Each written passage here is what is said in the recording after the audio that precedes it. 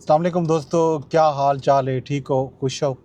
शाम का वेला है, वापसी का सफ़र है तो राजधानी की कहानी जड़ा है वो तो मैं सुनवेंदा जुलसा ते नाल नाल सफ़र ही करेंदे जुलदे हैं।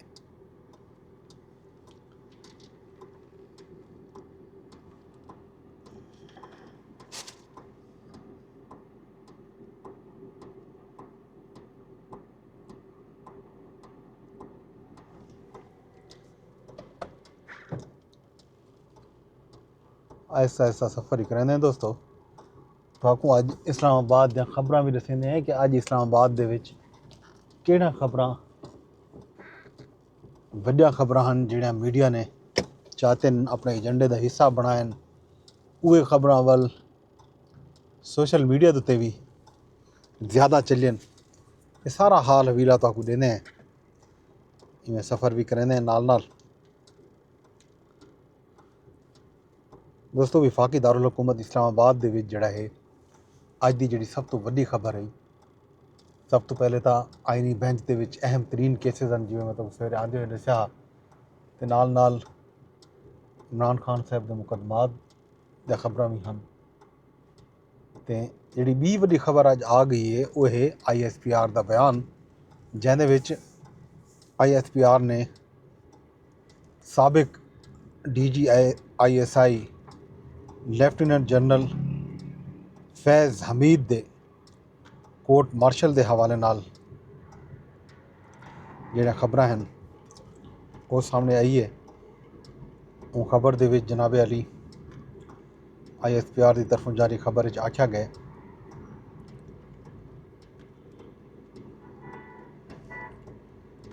जो लैफ्टिनेंट जनरल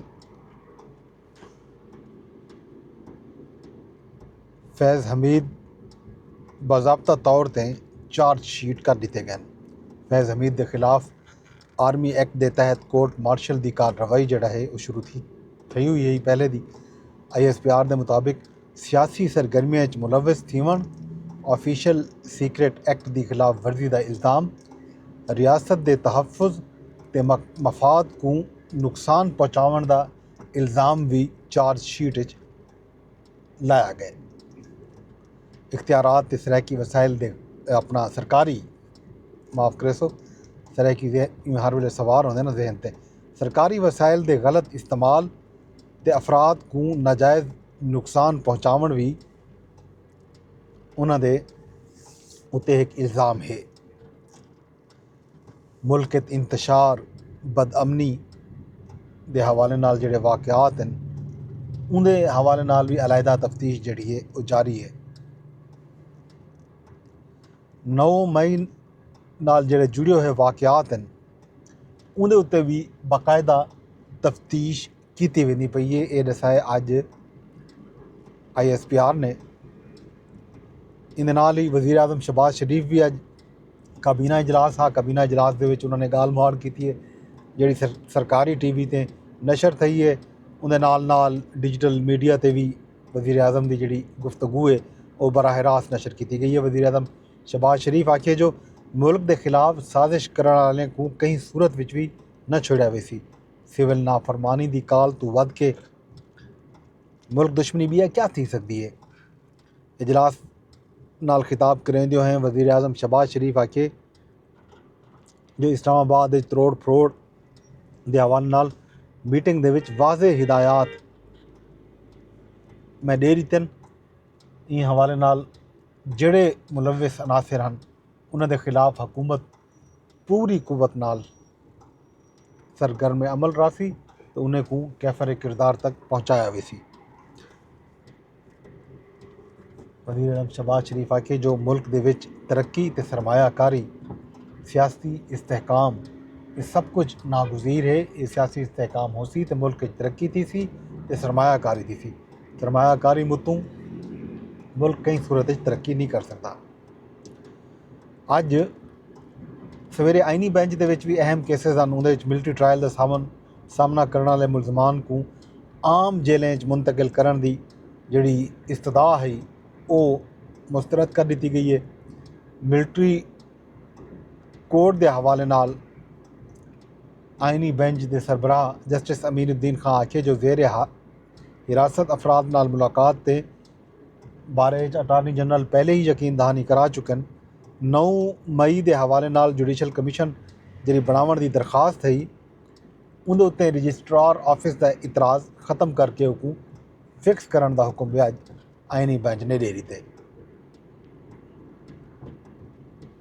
ये दरखास्त जी है बानी PTI जनाब इमरान खान साहब की तरफों दायर की गई। एक भी दरखास्त जी है वो है असर खान केस के हवाले नाल उनके हवाले नाल भी अज आइनी बेंच अहम हिदायत सामने हैं। आइनी बेंच ने जोड़ा है अटारनी जनरल तो जवाब मंगे कि खुफिया इदारे दे विच जिहड़ा सियासी सैल है वो ख़त्म थीवन के बारे में बाकायदा तौर के उत्ते बयान हल्फी दिता वजे जिमें दसाया गया कि वह ख़त्म थी चुके हैं। ये बयान हल्फी जोड़ा है कोर्ट ने मंग कीते तो आइंदा समात तो पहले पेश करने का हुक्म भी दे दिता गया। तो अज जोड़ा है कौमी असैम्बली का इजलास भी आ इजलास के अपोजिशन लीडर उमर अयूब साहब ने धुआंधार खिताब किए। उन्होंने दसिए कि 26 नवंबर के धरने के विच हुकूमत की तरफों जोड़ा है ताकत का नाजायज़ इस्तेमाल किया गया। अमरीकी गना इस्तेमाल थे, गोली चलाई गई है। सारे कारकुन पुछते पैन कि गोली क्यों चलाई गई है हुकूमत की तरफों। वज़ीर आज़म को इंदा जवाब देना पोसी, मौजूदा हुकूमत को भी इंदा जवाब देना पोसी। उमर अयूब की तकरीर के जवाब दे विच ख्वाजा आसिफ ने भी खिताब किए। उन्होंने आखे कि कारकुनों की तरफों गंडापुर की गड्डी रोकी गई तो उन्होंने गार्ड ने फायरिंग की है जिसका वीडियो सबूत मौजूद है। वज़ीर दिफा ख्वाजा आसिफ इल्ज़ाम लाए जो मैदान तो भजन के बाद सुबाइत का कार्ड खेजा वेंदा पे खैबर पख्तूनख्वा हुकूमत की तरफों जिहड़ा इंतहाई घटिया तो खतरनाक हरकत है। उन्हें आखिए जो बुशरा बीबी के बकौल तमाम लीडरान डी चौक छोड़ के भज गए हैं। तहरीक इंसाफ की सिविल नाफरमानी की जी काल है वो नाकाम थी वैसी वो अज ही पेशेनगोई करेंदे पैन। PTI को चैलेंज है कोई भी पाकिस्तानी यूटिलिटी बिल देवन तो इनकार कहीं सूरत न करे सी। ये जितनी वारी चाहें हमला करन ये हर वाली भज वेसन। राजा आसिफ भी धुआंधार खिताब किए। अज सबक विफाकी वजीर फैसल वाडा का भी एक बयान सामने आए। फैसल वाडा की तरफों जारी बयान आख्या गया जो बानी PTI the military court trial surprise कहीं सूरत ही कहना हो सी। फैज़ हमीद गवाही दे दी है। बानी PTI ते उनके जोड़े हवारी हैं वो इंदी वलेट हर सूरत आसन ठीक वक्त ते ठीक कम थी गए। 75 साल के बाद ताकतवर दा बिल्कुल आम आदमी वाली कार जड़ा है एहतसाब थींदा पे। 14 दिसंबर को सिविल नाफरमानी का जड़ा ऐलान थीमना हा वो भी मिसफायर थी चुके। फैसल वाडा साहब अजकल विचों खान साहब के हक च बयान कहीं वेले देंदे कहीं वेले आदन कि खान साहब को बचेंदे वेंदे कहीं वेले ई तरह का बयान दे रहे। ये एक अजीब सूरत हाल जी है सामने आती पई है।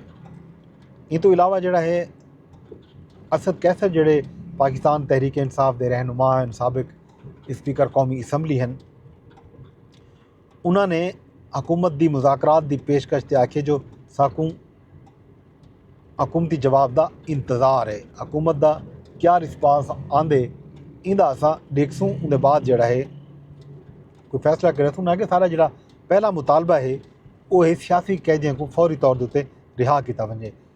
असद कैसर है कि वो मौलाना फजलुर रहमान नाल राबते चन चाहन जो हुकूमत के खिलाफ मुश्तरका तहरीक जी है जमीयत उलमा इस्लाम तो पाकिस्तान तहरीक इंसाफ मिल के चलावन।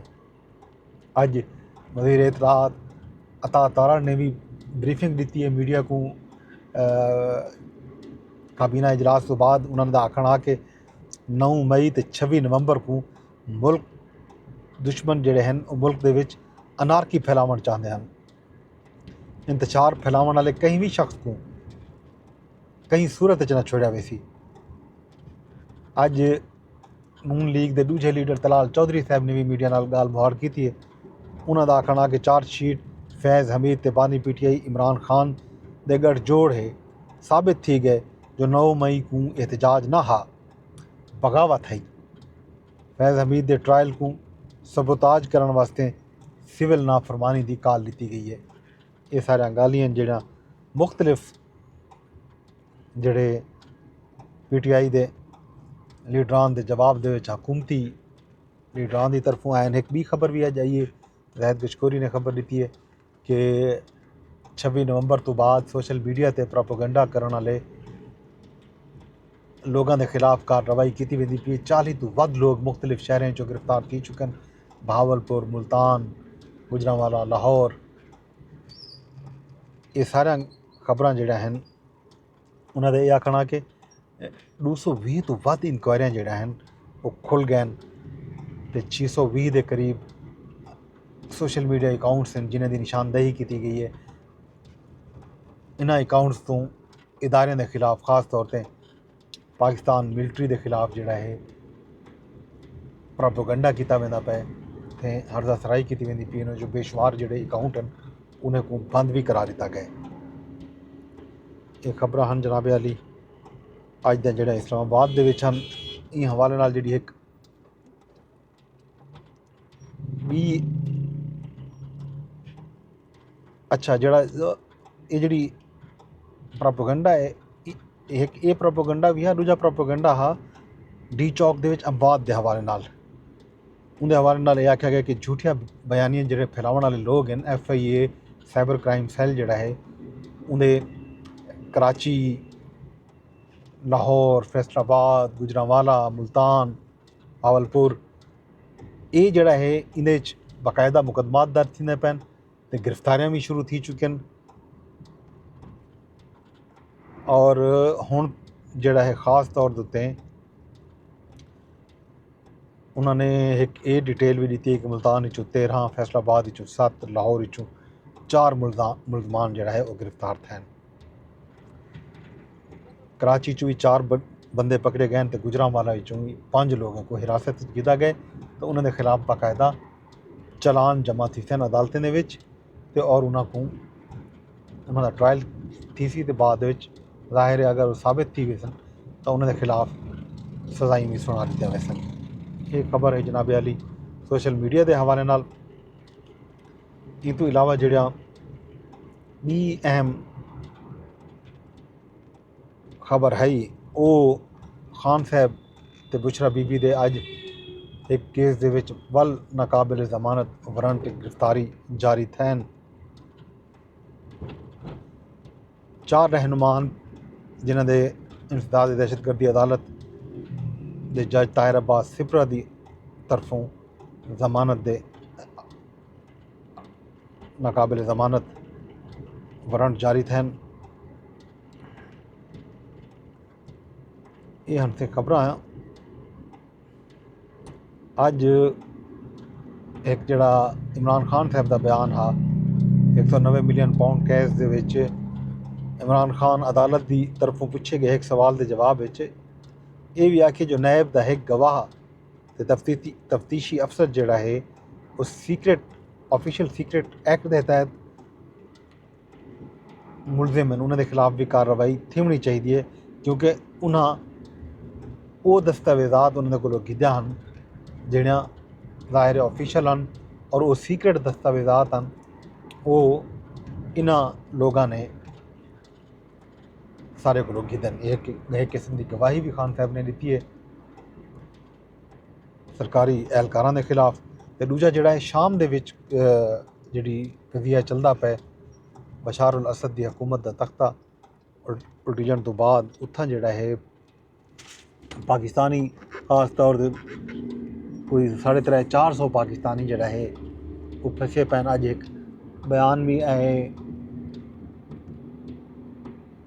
पिंडी भटिया के एक शहरी का उन्हें आखना कि 48 बंदे उन्हें नाल हैं तो वैसे दमिश्क के जोड़ा है 450-500 के करीब लोग हैं जोड़े फसे पैन क्योंकि वो एयरपोर्ट पहुँचे हैं। एयरपोर्ट से फ्लाइट ऑपरेशन जोड़ा है वो बंद थी गया हा वो हुण होटल दे विच मैसूर हैं तो नाल जोड़ा है खौफनाक धमाके की आवाज़ा आने पैन। उन्हें वज़ीर आज़म शहबाज शरीफ समेत वज़ीर दाखिला पाकिस्तानी हुकाम खास तौर पर आर्मी चीफ को भी अपील की है कि उन्होंने बाहिफाजत जड़ा है शाम तो पाकिस्तान वापसी वास्ते हुकूमत मदद अज जड़ा है वज़ीर आज़म साहब ने भी काबीना के इजलास के जड़ा है गाल मार की उन्होंने आखना कि उन्होंने कोई रिपोर्टा हैं पियाँ पाकिस्तानी फसे पैन तो पाकिस्तानी जड़ा सफारत खाना है शाम के महसूर पाकिस्तानी की बाहिफाजत वापसी वास्ते